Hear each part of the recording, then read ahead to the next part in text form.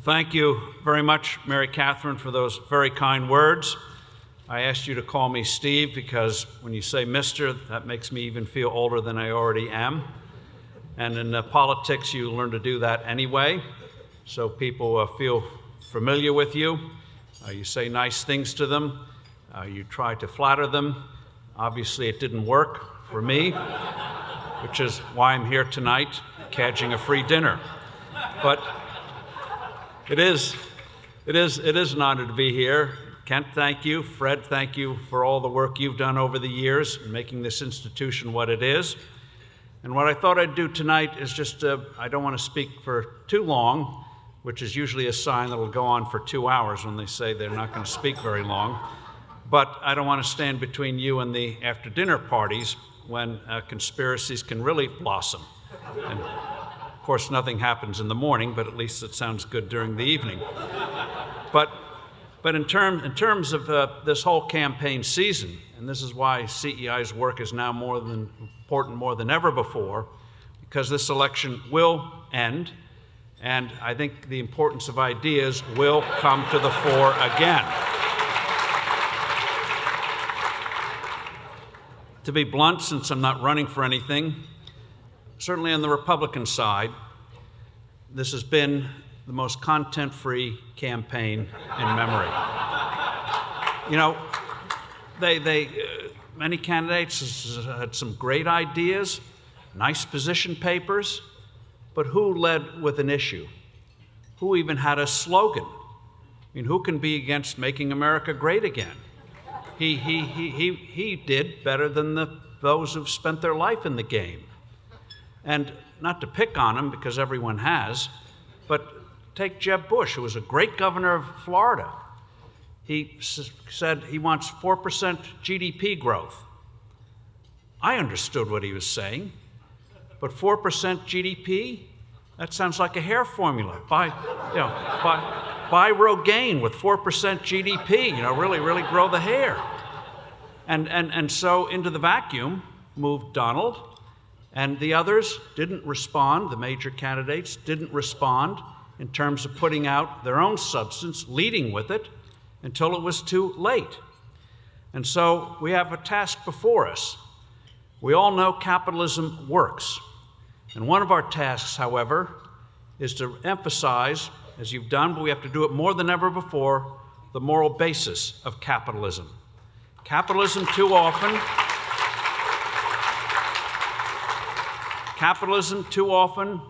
or commerce is portrayed as one side, philanthropy on the other side. Capitalism is greed. Capitalism is appealing to the baser instincts.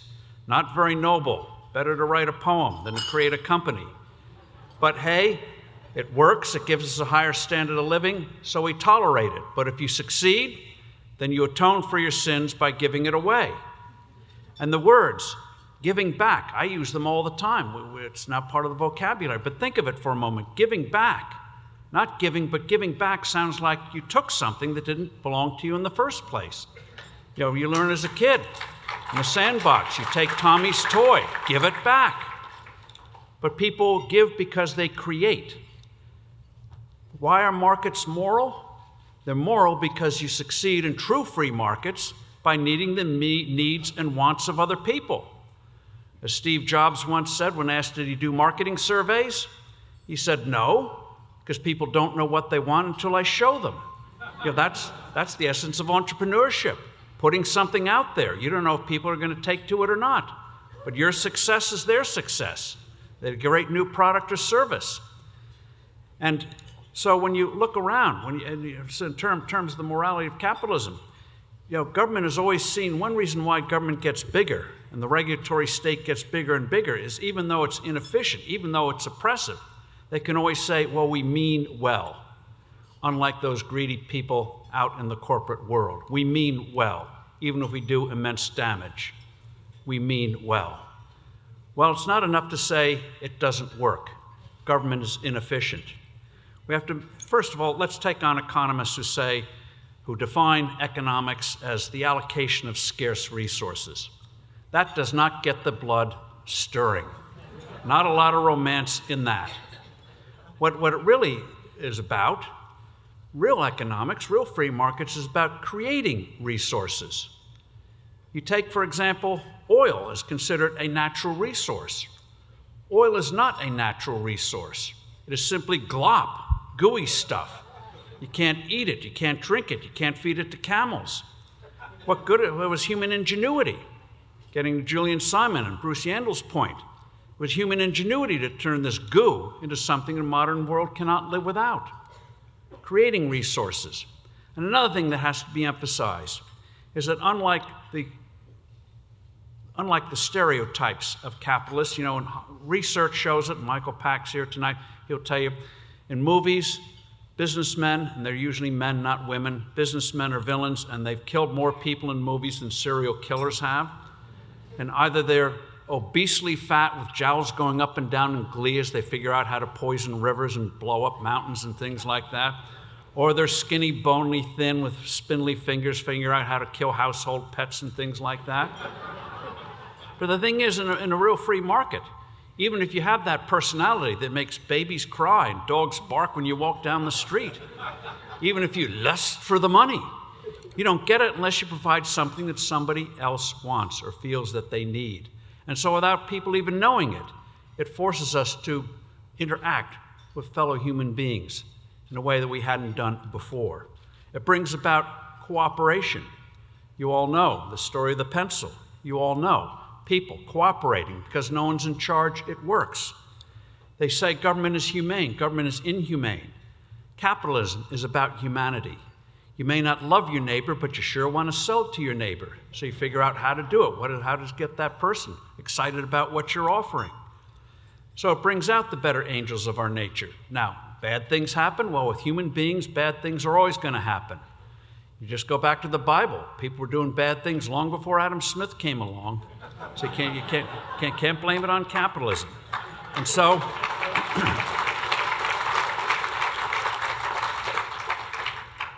and so we have to also emphasize it's about turning scarcity into abundance.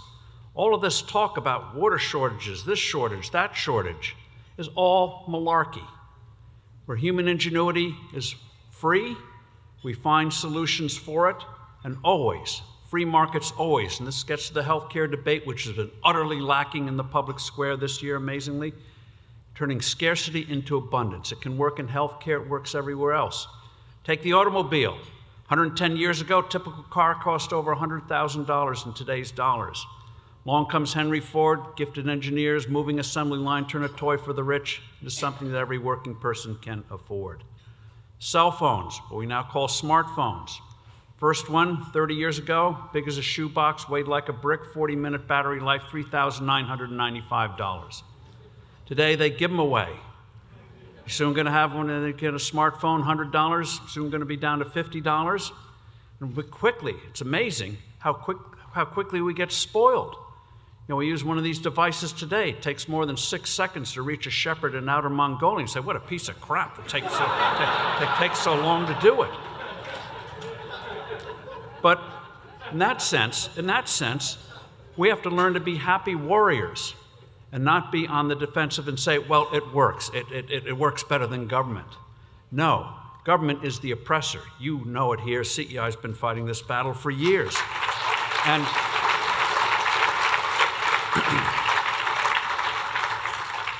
Julian Simon was right, Bruce is right. One thing Bruce and Julian Simon were wrong on was about overpopulation. There is overpopulation. They just didn't refine it down to regulators and bureaucrats. That's where the overpopulation is. But they understood, and we have to emphasize what was said here tonight, that the real wealth of a society is the human mind. As George Gilder, Tom Sowell, and others have asked, what's the difference between us today and people in the Stone Age? Same human bodies, same planet, same appetites, same resources. The difference is we know more. We have more knowledge. That is the difference. And if you don't destroy knowledge, you can move forward even after physical devastation. You look at World War II, devastated Europe, Japan, tens of millions of people killed.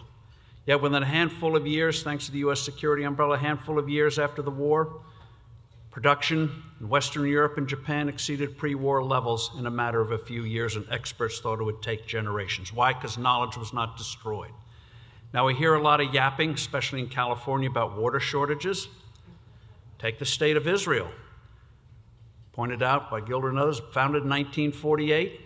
Today, their population, 10 times the size it was in 1948. Agricultural production, 17 times the size. Industrial production, 50 times the size. Net use of water, this is a country in the desert where rainfall has been going down, not up, going down. Net use of water, not per capita, but overall net use of water in Israel today is 10% less than it was in 1948. That's what comes from human ingenuity. Whether it's shower heads that feel like real ones but use 1/3 the water, and in terms of using resources carefully, it doesn't mean we do without them. We just get more from them in ways we can't imagine. Drip technology in agriculture, they have to use it. Pioneered it, big agricultural output. So the key in desalination plants. In California, they finally got one after 15 years of fighting regulations, hundreds of millions of dollars of unnecessary expense. Israel has several desalination plants, twice the size of this one in California, at 1/3 of the cost. That's what regulation, rampant, what you guys have been fighting, does in terms of hindering human progress.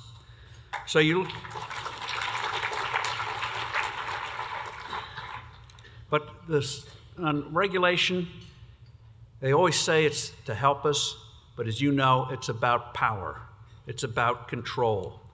And the reason we have to emphasize the moral aspects of capitalism is when we talk about removing the barriers to people being able to exercise and be creative, learning from their mistakes. Failure is a critical part. You learn from failure. You take the iPhone, iPad. Remember, none of you are old enough to remember the 90s. It's called pandering. Some habits are hard to break. Do you remember a thing called the Newton? Flopped with Apple, but got a technology that laid the base for later, greater products. So there's no such thing as ultimate failure if you're allowed to learn from it. As somebody said about things like Solyndra, it's not just the waste of resources, is it makes us stupider. Because it's not a free market, we don't learn from what went wrong. And so it just goes on and on and on. And so CEI's unique mission of combining analysis with advocacy, with litigation, is why you're the target of that Attorney General from a place called the Virgin Islands. Probably a better name would be Devil's Island. And he be blunt about it, he's a harlot for falsehood. But the fact that he picked CEI is very telling. It means you're a worthy foe.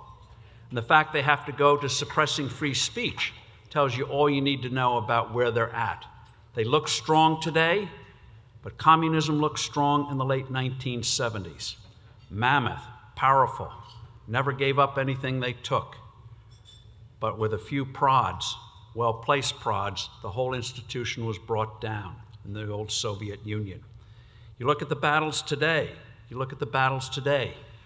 win that battle on that Consumer Financial Protection Agent Bureau, utterly unconstitutional.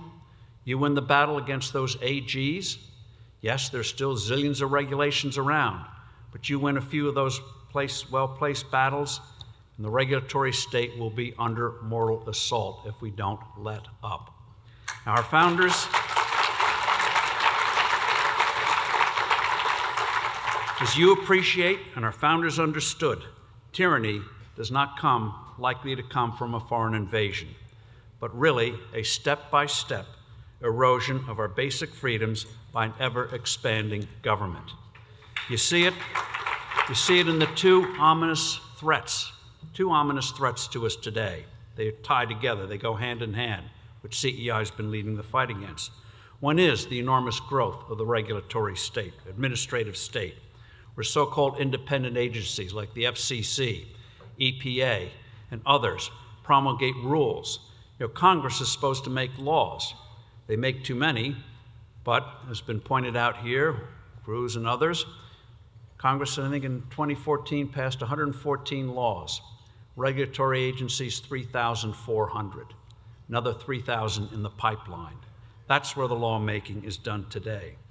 And they create these with a more and more minimal observation of facts, really fact-free ideology, fake science.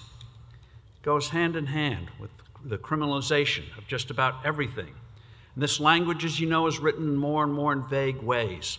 That's not a mistake. It's not because they didn't study writing in college, which they didn't anyway, but they don't need to. The vaguer it is, the more discretionary power they have. If Uncle Sam, and let's call Uncle Sam his real new name, Uncle Tyrant, wants to get you, he can. Harvey Silverglate, defense lawyer, writes for Forbes.com, wrote a book called 3 Felonies a Day. Any professional in this country doing day-to-day work commits a federal crime, can be put in jail. You look at the number, I mentioned the number of laws.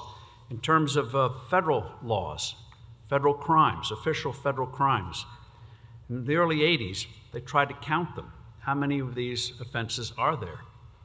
They estimated, they couldn't get an exact number, they estimated 3,000.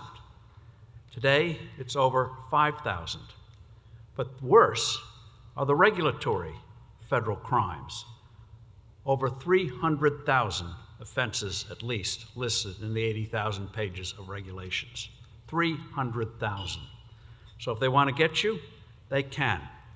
You see this bureau came out with a payday regulation today, spitting on Congress, requests for information, just say we can do what we want to do. How can we allow an agency to exist that doesn't go through the appropriations process? How do we have an agency that exists that doesn't, where the appointees are not done by the president, can't be removed by the president? This is not what the founders had in mind. It is utterly unconstitutional. And thank you, CEI, for leading the legal fight, that ultimately you will prevail, and it'll be a big one.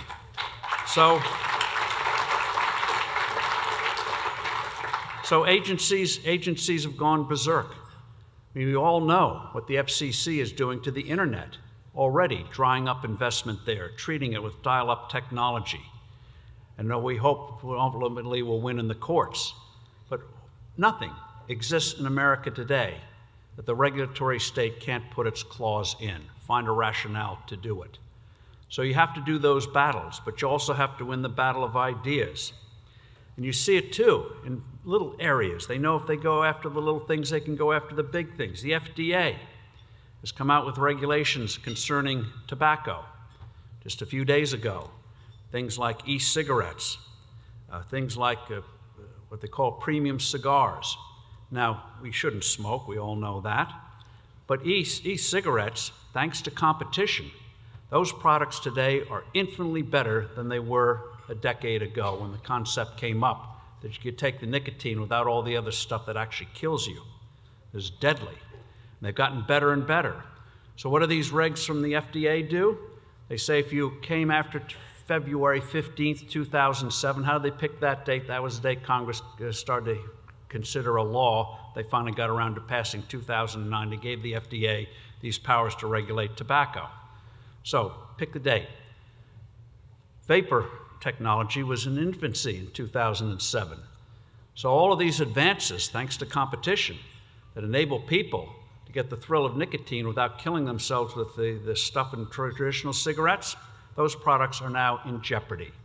Insane.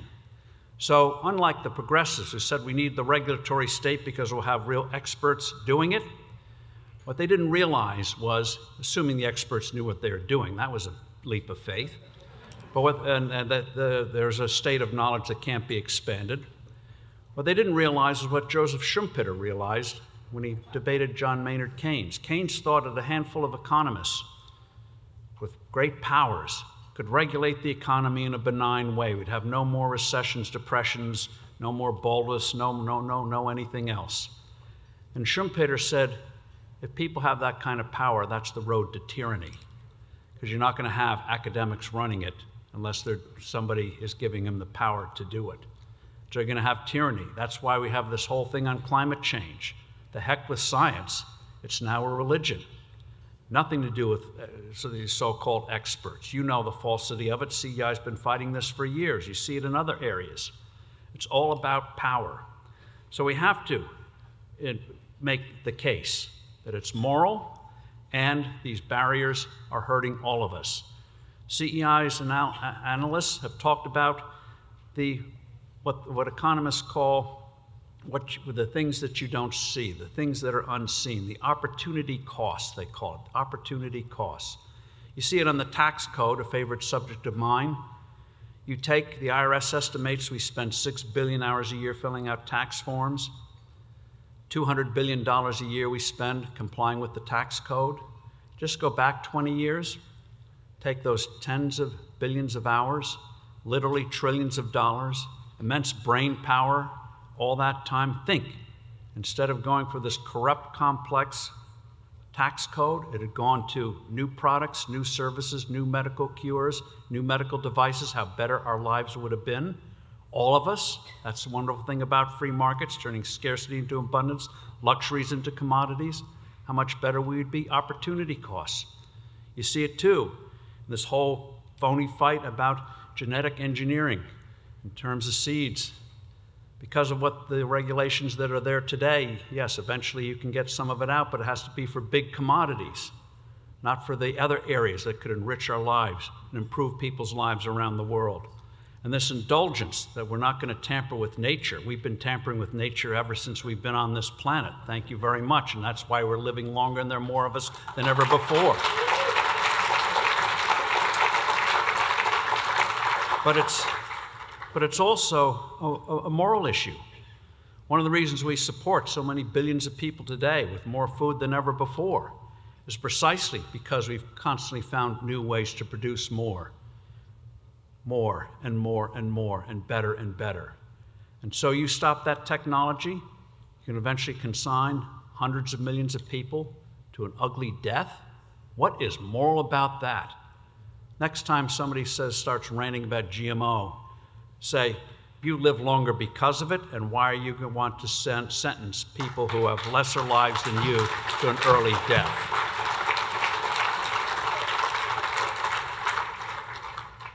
So, how did this happen? I mentioned the progressives. They were mistaken.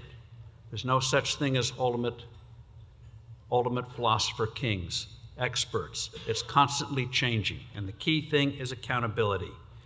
What you're doing in fighting that subpoena, what you're doing in fighting unconstitutional rules is not only essential, but is an inspiration to others. Now, in terms of this criminalization, in terms of what we see the regulatory state doing, Charles Murray points out that if more and more people resist, this thing collapses. They have to count on what the communists counted on, and that is thinking all of us are alone. But we're not. We see it here tonight. We can combine together and once again change the name of Uncle Tyrant back to Uncle Sam. Thank you very much.